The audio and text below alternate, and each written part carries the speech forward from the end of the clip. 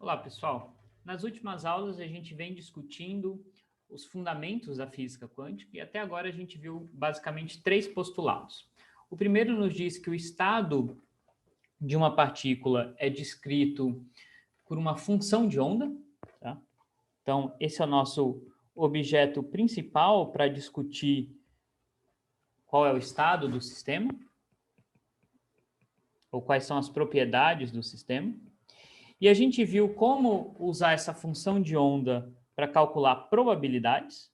Então, se a gente fizer uma integral do módulo ao quadrado dessa função de onda, a gente obtém a probabilidade de encontrar o sistema nesse intervalo de xa até xb. Essa é uma probabilidade que, obviamente, depende do tempo. Então, em cada instante do tempo, eu posso ter uma probabilidade diferente. E a gente viu, em particular, que se a partícula está localizada no espaço, ela tem uma função de onda com essa cara aqui, certo? Então, é uma função de onda onde o módulo ao quadrado dessa função tem um máximo na região onde a partícula se encontra, ou tem uma alta probabilidade de ser encontrada, e isso depois cai. Tá? Então, esse era o primeiro postulado. O segundo postulado nos diz como essa função evolui com o tempo. Então, se a gente não realizar nenhuma medida sobre o sistema, como é que esse sistema vai evoluir? Isso é dado pela equação de Schrödinger. E o terceiro postulado nos dizia o que acontece quando a gente realiza uma medida sobre o sistema. Então, em particular, se a gente mede a posição de uma partícula. Então, no momento que a gente mede essa posição, claro que essa medida sempre tem uma certa incerteza, mas dentro dessa incerteza a gente sabe onde está a partícula. Então, a função de onda sofre um colapso e ela agora está centrada ou está acumulada nessa região onde foi medida a posição da partícula. Tá? Então, a gente discutiu, né, que essa função de onda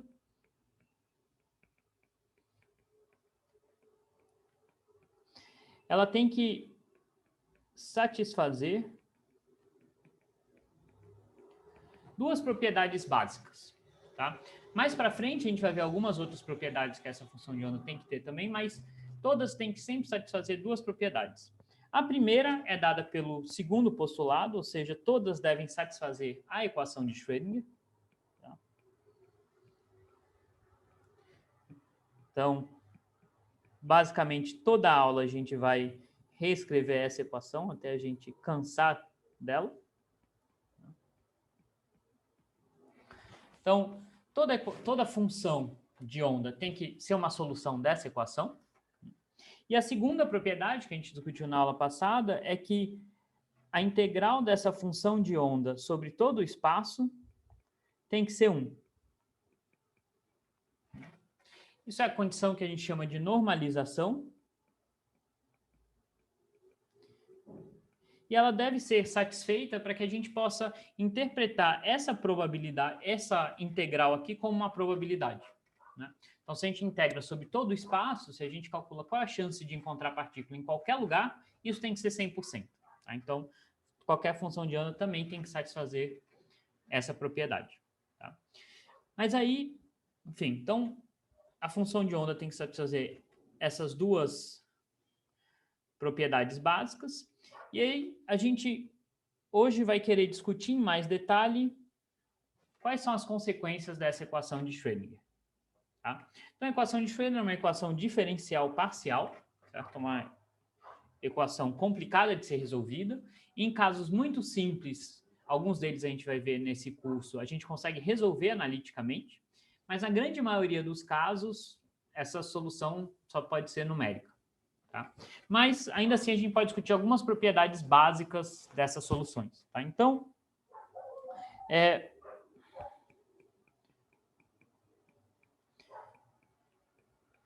a equação de Schrödinger é uma equação diferencial parcial. Isso significa o seguinte, tá?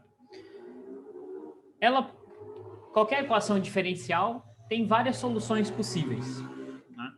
Então, essa equação aqui, essa equação de Schrödinger, ela vai ter, em geral, uma série de soluções possíveis. por exemplo, posso ter uma solução que seja uma função do tipo psi1, psi2 e assim por diante. Tá? Então, funções diferentes ou com parâmetros livres. Né? Isso não é nada surpreendente, qualquer equação diferencial tem isso. Né? Se a gente pensar o caso mais simples, por exemplo, né, uma partícula livre. Né? Se a gente pensar no caso clássico de uma partícula livre. Né? Então, o análogo da equação de Schrödinger, no caso clássico, é a segunda lei de Newton. F igual a ma. É isso que me diz qual vai ser a trajetória da partícula. Se essa partícula não tem nenhuma aceleração, a gente sabe que a velocidade da partícula é constante e, portanto, dv dt igual a zero. E aí eu lembro que v, na verdade, é dx dt. Então, a segunda derivada de x com relação ao tempo é zero. E essa equação diferencial tem uma solução, tem diversas soluções possíveis que correspondem a diversas velocidades diferentes, por exemplo. Certo? Então, a equação de Schrödinger é análoga. Eu vou ter várias soluções possíveis, em geral parametrizadas por um ou mais parâmetros, que a gente vai ter que escolher de acordo com as condições de contorno do problema. Ou seja, dependendo da condição inicial, eu vou ter que fixar esses parâmetros para satisfazer a condição inicial do meu sistema, certo? Mas, de maneira geral, a gente vai ter uma série de soluções possíveis, com parâmetros livres, tá? Então, essa é uma propriedade. A segunda propriedade é, por ser uma equação linear na função de onda, tá? Ela depende só de psi, não entra psi ao quadrado, psi ao cubo, combinações das soluções também são soluções. Então, se eu tenho essas soluções, psi1, psi2, assim por diante, eu crio uma combinação linear dessas soluções, não é difícil mostrar isso, que isso também vai ser uma solução.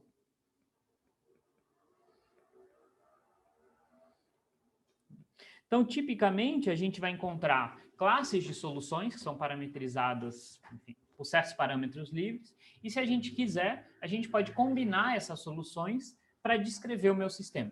Isso também é uma solução possível. O que vai me determinar essa combinação de soluções é, em geral, a condição inicial do meu sistema. Certo? Que condição ele tem que satisfazer ou qual é o estado inicial do meu sistema.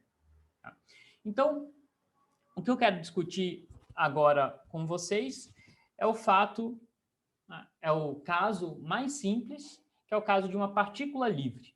Tá? O que é uma partícula livre? A partícula livre é quando não tem nenhuma força atuando no sistema, é uma partícula evoluindo de maneira livre, sem a interferência de uma força externa, e, portanto, esse potencial aqui, que é o que me diz quais são as forças que estão atuando sobre o meu sistema, ele vai ser zero. Tá? Então, nesse caso, a minha equação de Schrödinger fica bem mais simples, ela fica com essa cara aqui, tá? E ela lembra um pouco uma equação de onda, né? Se a gente lembrar da equação de onda que a gente tinha escrito antes, ela era uma equação do tipo segunda derivada da minha função, né, ou da função que descreve a onda, com relação ao tempo, é igual à velocidade ao quadrado da onda, segunda derivada com relação à posição.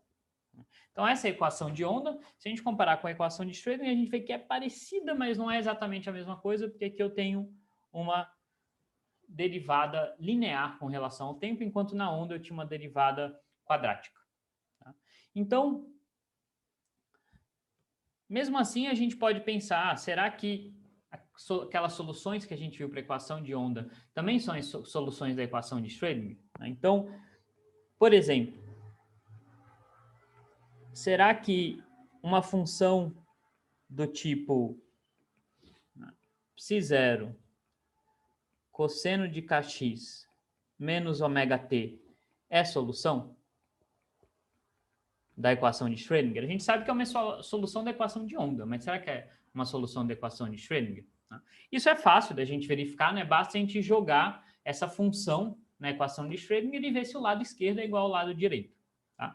Então, se a gente fizer a derivada dessa função com relação ao tempo, isso aqui vai dar, né? A derivada desse cosseno, tem que fazer é uma regra da cadeia aqui, vai sair um menos ômega, derivada de cosseno é menos seno, então isso aqui vai dar mais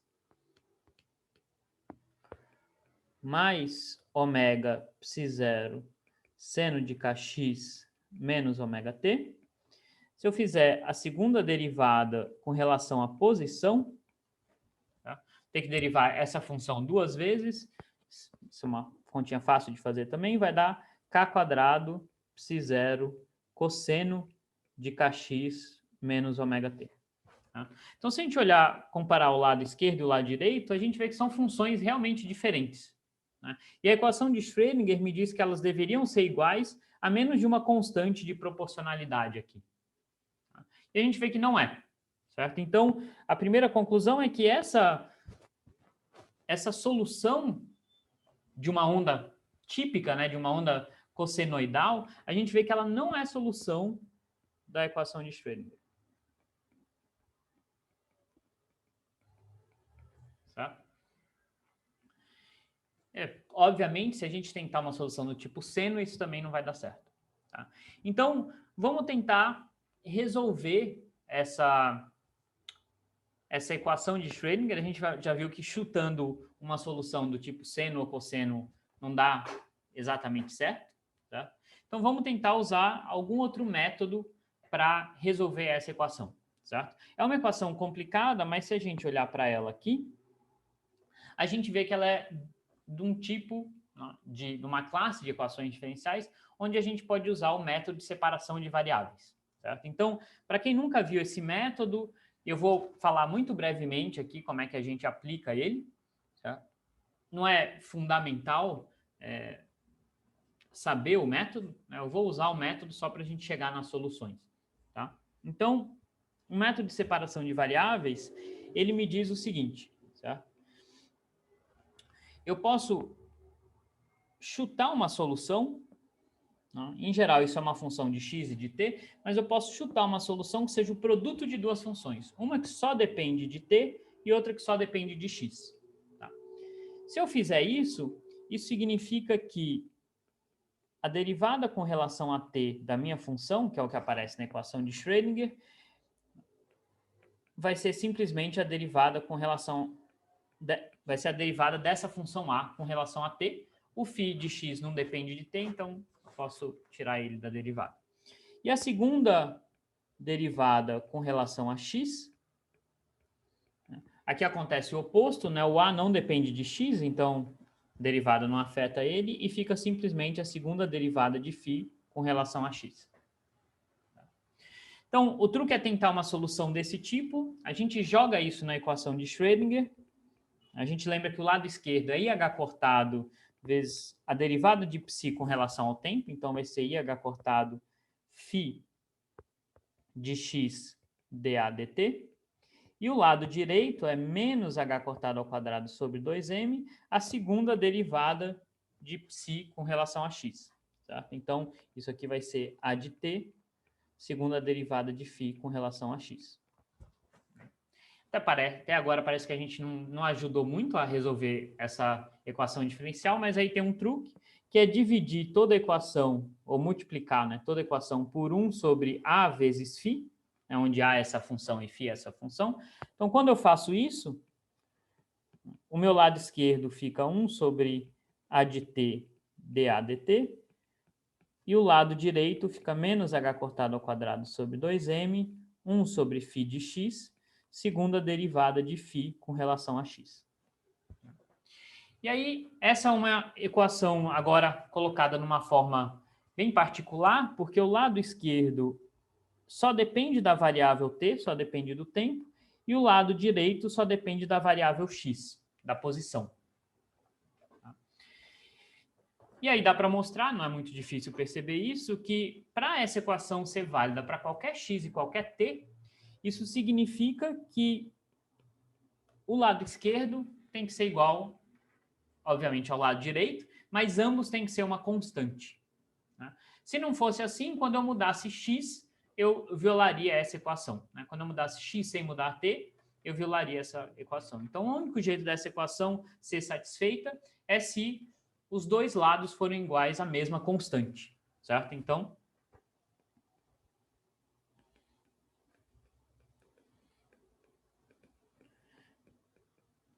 Então, para que a equação seja satisfeita para qualquer x e t,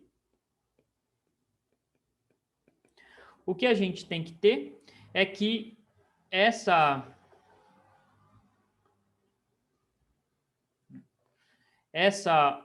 o lado esquerdo e o lado direito, eles têm que ser iguais a uma constante.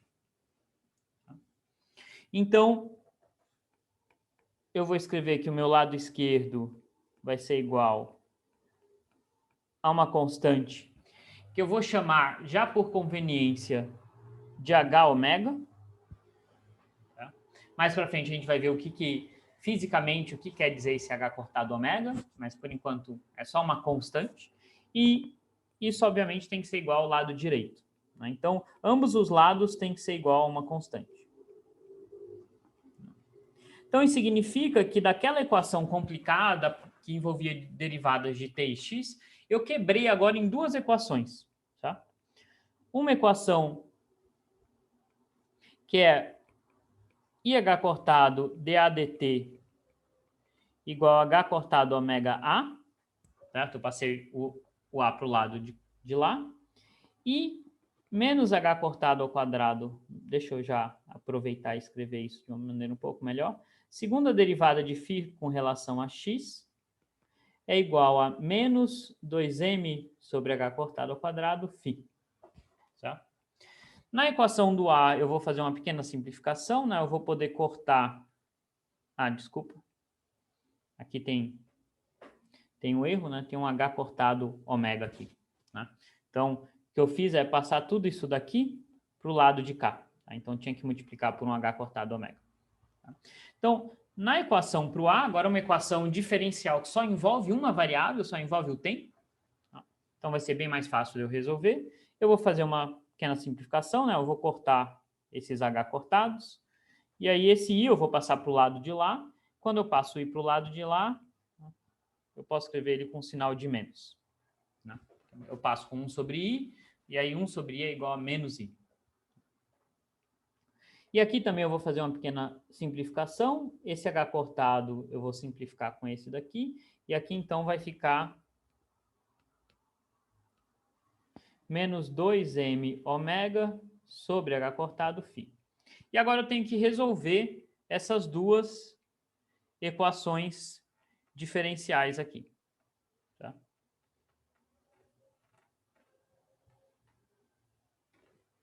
Então, eu tenho que resolver uma equação para A e uma equação para φ.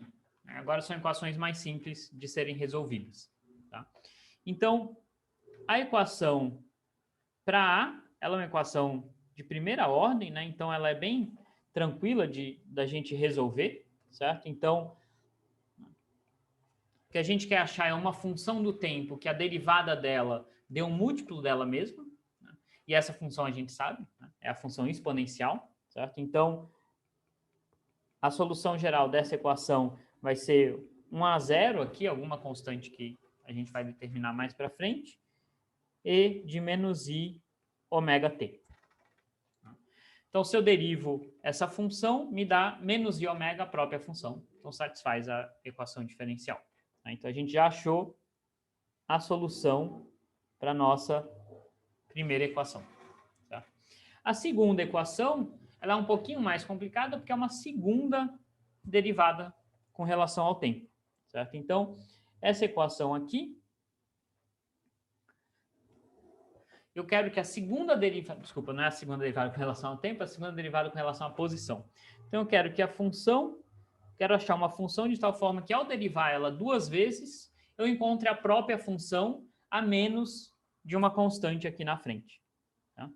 E aí tem algumas funções que satisfazem essa equação diferencial. Uma delas, por exemplo, é a função seno. Se eu derivo duas vezes a função seno, eu chego na própria função seno com um sinal de menos, né, e com uma constante que depende desse alfa. Né? Na verdade, vai me dar menos alfa ao quadrado seno de alfa x. Uma outra possibilidade seria cosseno de alfa x. Eu tenho uma outra possibilidade também na verdade, em muitos casos é mais interessante, que é EI de alfa x, uma função desse tipo, né? Se eu derivo duas vezes, continuo dando a própria função. Tá? Por que esse I? Porque eu quero que apareça um sinal negativo aqui. Então, quando eu derivo duas vezes, vai aparecer um I duas vezes, um I ao quadrado, que vai dar um menos 1. Tá? Então, essas são, por exemplo, exemplos de funções diferentes que satisfazem essa equação diferencial. Né? Como eu mencionei para vocês, a equação de Schrödinger tem várias soluções possíveis. Tá? Então, como é que a gente vai escrever essas soluções? A melhor maneira é parametrizar todas elas e escrever elas como um φ0 EI kx. E aí parece que eu estou pegando só uma das soluções possíveis, mas na verdade não. Por quê?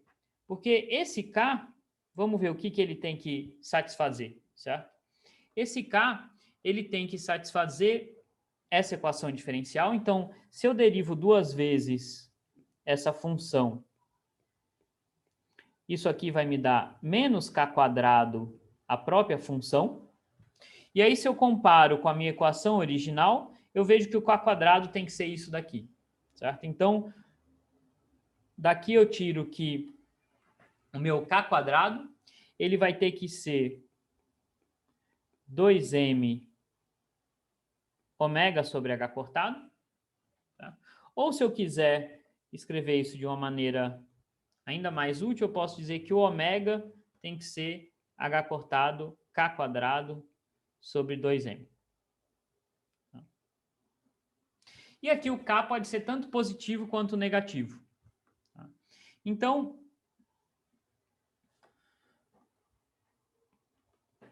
as soluções gerais que eu posso ter para essa função φ de x vão ser soluções desse tipo. Eu vou repetir aqui a minha função, mas onde esse k ele pode ser mais ou menos raiz de 2m ômega sobre h cortado. Tá? Isso me dá todas as soluções possíveis. Por quê? Porque se eu combinar uma solução com K positivo e uma solução com K negativo, dá para mostrar que isso, com a soma dessas soluções, a gente consegue construir soluções do tipo cosseno e seno. Então, essas soluções estão englobadas aqui dentro. Tá? Basta eu combinar uma solução de K positivo com uma de K negativo. Então, se eu considero soluções desse tipo, eu estou considerando todos os casos possíveis, tá? Onde o K pode ser tanto positivo quanto negativo. Tá? Então, é uma expressão mais compacta, né? A gente consegue parametrizar essa função, portanto, de uma maneira muito mais compacta. Em geral, é assim que a gente vai usar, essa função que a gente vai usar. Então, a gente achou agora as soluções gerais da nossa equação de Schrödinger. Certo? A gente tem a parte temporal é uma exponencial complexa e a parte espacial também é uma exponencial complexa. Certo? E as constantes que aparecem nessas exponenciais estão relacionadas por essa relação aqui. Então, as soluções gerais que a gente vai ter vão ter essa cara aqui. Certo? Vou ter uma constante na frente, vezes uma função exponencial do tempo, vezes uma função exponencial do espaço. E esse K, ele pode assumir valores positivos ou negativos, mas ele está relacionado com ômega por essa expressão aqui. Tá? Então, essas são as classes de soluções gerais da minha equação de Schrödinger sem nenhuma força, né? Da minha equação de Schrödinger para partícula livre. Tá? Então,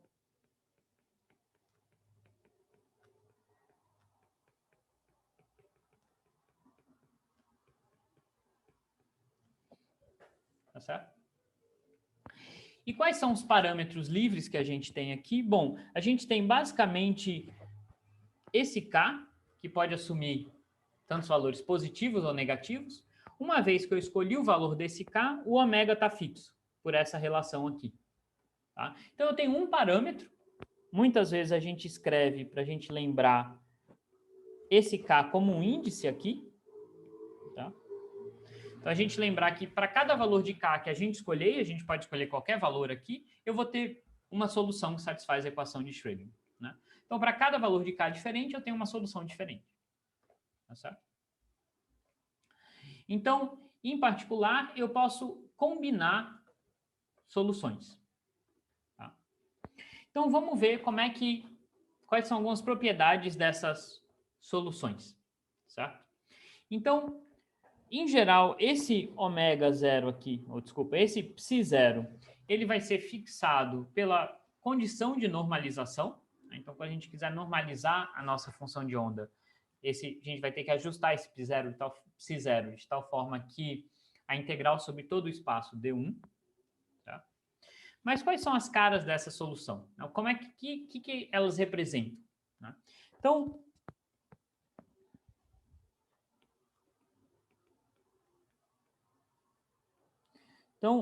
o que essas soluções representam? A gente sabe que para eu calcular, né, a partir dessa função de onda, eu posso calcular uma densidade de probabilidade para a minha partícula, certo? Então, eu posso calcular qual é a probabilidade de encontrar ela em algum lugar do espaço. Tá? Então, vamos ver qual que seria a cara dessa densidade de probabilidade. Tá? Então, para eu calcular a densidade de probabilidade de uma dessas soluções, eu preciso calcular módulo de psi ao quadrado, ou seja, a minha função vezes o complexo conjugado dela. E essa é uma função relativamente simples, né? O complexo conjugado dessa função vai ser psi0 complexo conjugado. Psi0 é uma constante, em princípio pode ser até uma constante imaginária. E aí, quando eu calculo o complexo conjugado da minha exponencial, eu só inverto o i por menos i, né? Então vai ficar i ômega t e de menos i kx. E aí, vezes a minha função, que é psi0 e menos i ômega t e i kx. Então, quando eu multiplico essa função por ela mesma, eu vejo que essas exponenciais se cancelam. Isso dá tudo 1. Então, o resultado dessa multiplicação é simplesmente módulo de psi0 ao quadrado. Então, o que é a minha densidade de probabilidade? Se eu quiser olhar para essa densidade de probabilidade, ela vai ter essa cara aqui. Tá? Ela é uma constante. Ela não depende de x, não depende do tempo. Tá? Então, se eu ploto essa função, é uma função constante, ela é simplesmente uma constante aqui. Então, o que essa função está representando? Essa função está representando uma partícula que possui a mesma probabilidade de ser encontrada em qualquer lugar do espaço. Certo? Então, o que a gente chama de uma partícula completamente deslocalizada.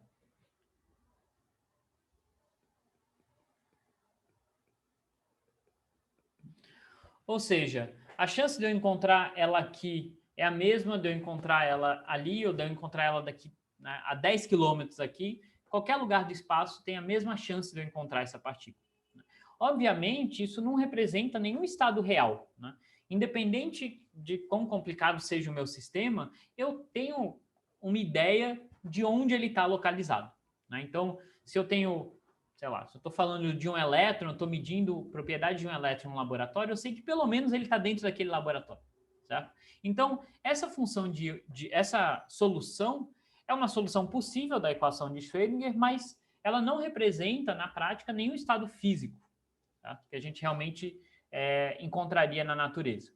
Tá? Em muitos casos, ela é uma boa aproximação, porque dependendo do sistema, ele pode estar bem distribuído numa região do espaço, né? Ou seja, essa probabilidade pode estar bem distribuída e depois vai para zero, mas você está interessado só nessa região onde essa probabilidade é quase que constante, e aí você poderia usar esses tipos de soluções. Tá?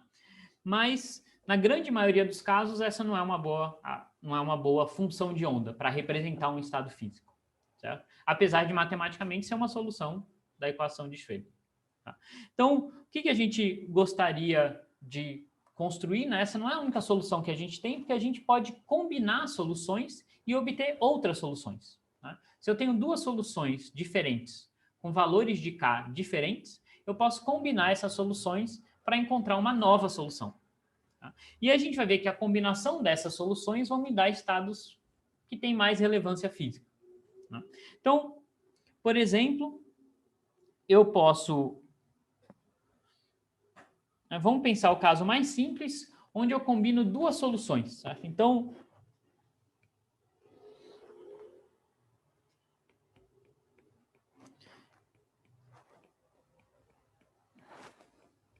a gente pode gerar soluções mais relevantes, talvez seja a palavra, através destas soluções que a gente chama de soluções de onda plana.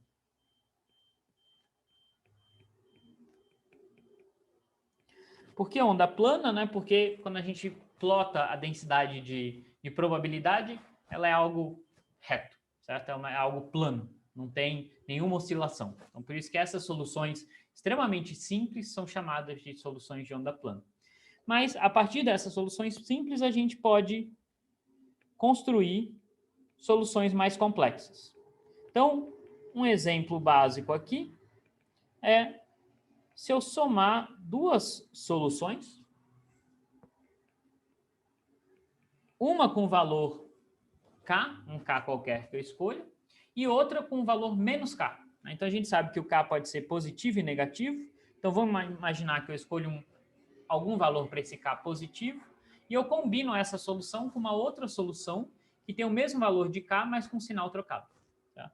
Então, se eu fizer isso, para os dois valores de K, o ômega é o mesmo, né? Então a gente lembra que ômega é igual a H cortado K ao quadrado sobre 2M, tem que satisfazer essa relação. Então, nessas duas soluções aqui, o ômega tem o mesmo valor, certo? Então, eu posso colocar em evidência aquele fator menos I ômega t, porque é o mesmo para as duas soluções. E aí, uma solução vai ter um EIKX e a outra solução vai ter um menos EIKX. E aqui a gente já vê, bom, tinha um, só para lembrar, né, tinha um psi0 aqui na frente, que dá a normalização da minha função. Então, eu lembro que a soma dessas exponenciais me dá duas vezes cosseno, né? Essas exponenciais eu posso escrever como cosseno mais i seno. Então, essa soma em particular, o seno se cancela. Isso daqui me dá psi0 e de menos i ômega t, cosseno de kx. Então, esse é um exemplo, como eu mencionei para vocês antes, que as soluções do tipo cosseno e seno também estão englobadas nessas soluções exponenciais. Né? Basta que eu combine elas dessa maneira. Tá? Então, essa é uma solução que agora já mudou um pouco o perfil da minha função de onda. Né? Se eu calculo agora o módulo ao quadrado da minha função de onda, isso aqui dá para mostrar, né? Não é difícil fazer essa conta, que vai me dar um psi0 ao quadrado, que era o que a gente tinha encontrado antes, mas agora aparece um cosseno ao quadrado de kx. Tá? Então, agora já é uma função que tem uma certa oscilação. Tá? Então, se eu plotasse essa função, ela teria uma cara mais ou menos assim. Certo? Então, agora, a probabilidade de eu encontrar a partícula não é a mesma em todo o espaço, né? Tem regiões que ela tem uma probabilidade maior, outra menor, maior, menor. Parece um pouco como se fosse um padrão de interferência, certo? Então, isso aqui a gente já vê, né, que já tem um pouco mais de significado físico. A gente poderia usar essa solução para representar, por exemplo, aqueles elétrons atingindo o meu detector, certo? Então, isso aqui representaria uma partícula parcialmente localizada. Ainda não está realmente localizada porque essa função ela se estende para o infinito. certo? Então, se eu for lá longe, eu também posso ter uma alta probabilidade de eu encontrar essa partícula. Mas o que acontece se eu fizer algo mais complicado? Se eu começar a somar várias dessas soluções, né? Elas continuam sendo soluções da equação de Schrödinger, né? Qualquer combinação de soluções também é uma solução. Se eu começar a somar...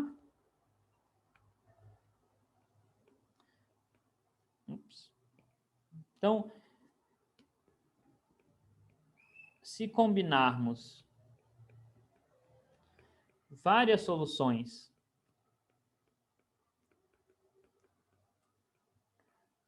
com diferentes valores de K,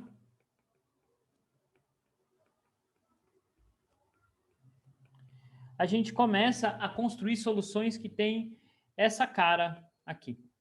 Tá? Então, aqui é o caso, né? Então, vamos tentar entender essa figura aqui, certo? A figura em azul, a curva em azul é o caso em que eu combino 3 valores de K diferentes, certo? Então, eu vejo que agora eu tenho 3 regiões aqui onde eu tenho alta probabilidade, depois eu tenho baixa probabilidade, mas isso se repete aqui para fora, certo? Então, ainda assim, a minha partícula só está parcialmente localizada. Parece um pouco com a solução de cosseno que a gente obteve há pouco. Quando eu combino agora 4 soluções diferentes, com 4 valores de K diferentes, eu já começo a localizar ela em regiões mais específicas do espaço. Então, ela tem uma alta chance de estar aqui, de estar aqui ou de estar aqui. Isso, na verdade, se repete. Tá? Se eu combino 5 soluções, agora a gente já tem essa curva verde, onde a partícula está bem localizada. Certo? Depois de um tempo, isso se repete. Tá? Então, ela ainda está parcialmente localizada. Mas se eu combinar um número muito grande de soluções, ela vai ter uma chance muito grande de estar, nesse caso aqui, eu estou criando soluções centradas na origem, e depois essa probabilidade vai para zero. Certo? Então, a combinação, apesar dessas soluções simples, né, que a gente chama de ondas planas, elas normalmente não seriam uma boa representação para o meu sistema, ao combinar essas soluções, eu consigo criar soluções mais complexas que representam partículas que estão localizadas em uma certa região do espaço. Certo? E essas soluções mais localizadas a gente chama de pacotes de onda. Porque eu estou juntando um monte de ondas, certo? Para criar esse pacote. Tá? Então, em muitos casos, a gente vai usar essas soluções de ondas planas, porque matematicamente elas são muito simples. E se a gente sabe algumas propriedades dessas soluções, a gente pode construir soluções mais realistas. Tá? Então, em geral, esses pacotes de onda, eles são dados por uma combinação linear de soluções com diferentes valores de K. Então, isso aqui, né, foi o nosso primeiro contato com resolver a equação de Schrödinger. A gente resolveu no caso mais simples possível, certo? De uma partícula livre, e a gente já vê que é muito mais complicado do que resolver as leis de Newton. Tá? A gente encontrou essas soluções exponenciais, que são ondas planas, que sozinhas, elas não, em geral, não representam muito bem o estado da minha partícula, porque elas representam uma partícula que está totalmente espalhada no espaço, né? A probabilidade dela está completamente espalhada no espaço. Mas a gente pode construir soluções mais realistas combinando essas soluções básicas que a gente chama. Tá bom?